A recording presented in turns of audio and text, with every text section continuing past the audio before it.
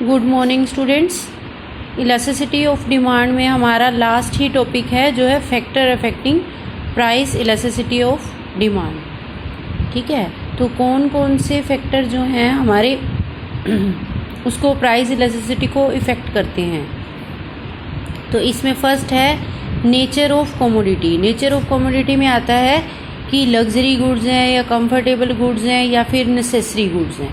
ठीक है, अगर कोई लग्जरी गुड्स हैं तो हम कुछ टाइम के लिए उसकी डिमांड को जो है वो कम कर सकते हैं। मींस हम कोशिश कर सकते हैं कि जो हमने लग्जरी आइटम लेनी है तो हम अगर वो प्राइस उसका अगर हाई है तो हम कुछ वेट कर सकते हैं उसके लिए। ठीक है, और अगर इसी तरह से कोई नेसेसिटी वाली गुड्स हैं तो वहाँ पर हमें जो है वो लेनी ही लेनी पड़ती है, चाहे उसका प्राइस कोई भी हो।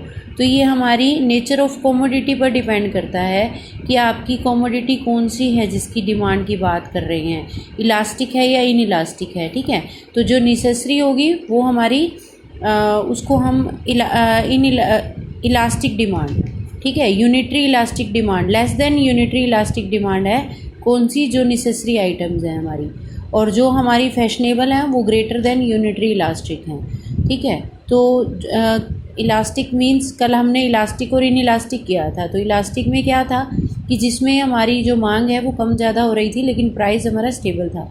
लेकिन यहाँ पर क्या होगा, डिमांड इन इलास्टिक किस केस में होगी कि प्राइस कुछ भी हो लेकिन आपको वो चीज़ खरीदनी पड़ेगी, तो वो होती है हमारी in elastic demand.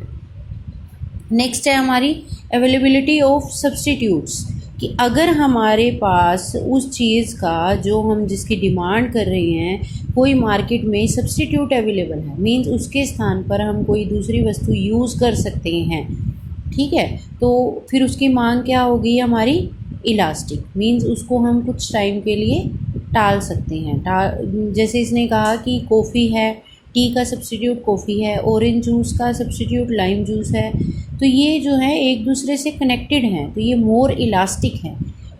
The reason being that when the price of a commodity, की जब एक का प्राइस जो है वो कम हो जाएगा तो उससे क्या होगा, वो दूसरा सब्स्टिट्यूट जिसका प्राइस कम होगा वो वाला सब्स्टिट्यूट जो है हम मार्केट से परचेज कर लेंगे। तो नेक्स्ट है हमारा different uses of commodity.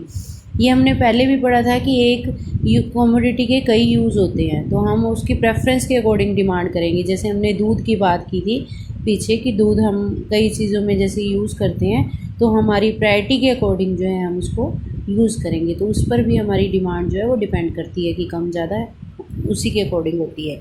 Next है पोस्टपोन्ड ऑफ यूज़, कि आप कुछ चीज़ों का ऐसे है कि हम कई बार सोचते हैं कि अभी लेनी है लेकिन हम कुछ टाइम के लिए जिनको टाल सकते हैं, ठीक है, पोस्टपोन कर सकते हैं, मींस कुछ समय बाद रुक के परचेज़ कर सकते हैं, तो ऐसी डिमांड भी हमारी जो है उसको इफ़ेक्ट करती हैं प्राइस इलास्टिसिटी को। नेक्स्ट है हैबिट ऑफ कंज्यूमर। ये हमने स्टार्टिंग में जंक्शन में ली थी डिमांड वाले चैप्टर में, कि कंज्यूमर की अगर हैबिट है ना तो वो प्राइस चाहे कितना भी हाई हो वो उस वस्तु के बिना नहीं रह सकता। ठीक है, तो वो परचेज़ करेगा ही करेगा। नेक्स्ट है हमारी proportion of income spent of a commodity, कि आप अपनी इनकम का कितना पार्ट उस चीज़ पर खर्च कर रहे हैं। अगर आप अपनी इनकम का बहुत बड़ा पार्ट खर्च कर रहे हैं तब आप लेने लगे, थोड़ा बहुत डिले कर सकते हैं या ये सोच सकते हैं डिसीज़न लेने में। लेकिन अगर अपनी इनकम का आपका थोड़ा सा पार्ट जो है उस पर लगता है, जैसे टूथपेस्ट है, बूट पॉलिश है या न्यूज़पेपर है, ठीक है, तो वो चीज़ें हम जो है वो ईज़िली ले सकते हैं, वो इफ़ेक्ट नहीं करती वहाँ पर। नेक्स्ट है हमारा प्राइस लेवल। प्राइस लेवल में elasticity of demand also depend of level of price, कि प्राइस तो हम पढ़ ही रहे हैं कि ज़्यादा प्राइस है, high at high level of price of a commodity. Elastic होगी हमारी डिमांड कब, high at high level of higher level of price और low at lower level of price.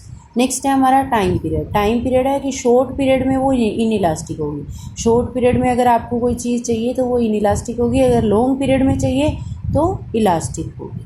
ठीक है, तो ये टाइम पीरियड पे भी डिपेंड करता है। ये हमारा लास्ट टॉपिक था इसमें। इस चैप्टर में हमने मेन जो है इसके तीनों मेथड किए हैं और स्टार्टिंग से हमारी 3 बातें आई थी कि कौन कौन सी इसमें इलास्टिसिटी पढ़ते हैं, प्राइस इलास्टिसिटी, इनकम इलास्टिसिटी और क्रॉस इलास्टिसिटी। ठीक है। तो प्राइस में हमने कहा था कि प्राइस के साथ कंपैरिजन किया जाएगा, इनकम में इनकम के साथ, और क्रॉस में हम जो अदर फैक्टर्स हैं डिमांड के उसके साथ इसको रिलेट करते हैं। तो ये हमारा लास्ट टॉपिक था।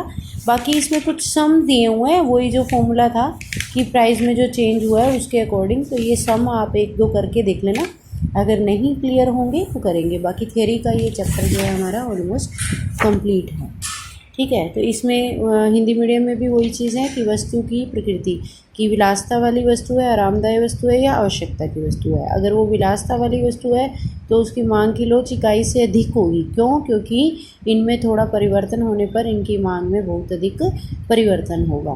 तो कीमत में परिवर्तन होने पर, ठीक है। तो ये हमारी कौन सी होगी? इकाई लोच से अधिक होगी। इसी तरह आरामदायक वस्तुएं हैं तो इकाई लोचदार होगी, आवश्यकता वाली वस्तुएं हैं तो इकाई से कम लोचदार होगी। जो कैटेगरी हमने डिवाइड की थी वो नेचर ऑफ अ कमोडिटी पर डिपेंड करेगी। नेक्स्ट है हमारी पोस्टपोन्ड ऑफ यूज़। अगर हम उसके यूज़ को भविष्य के लिए टाल सकते हैं तो उसकी मांग इकाई से अधिक लोचदार होगी। अगर हम टाल नहीं सकते तो इकाई से कम होगी। स्थानापन्न वस्तुओं की उपलब्धता, अगर कोई उसका प्रतिस्थापन या फिर पूरक वस्तुएं जो आप बात करते हैं वैसी वस्तुएं हैं तो उस पर इफेक्ट डालती हैं, ठीक है।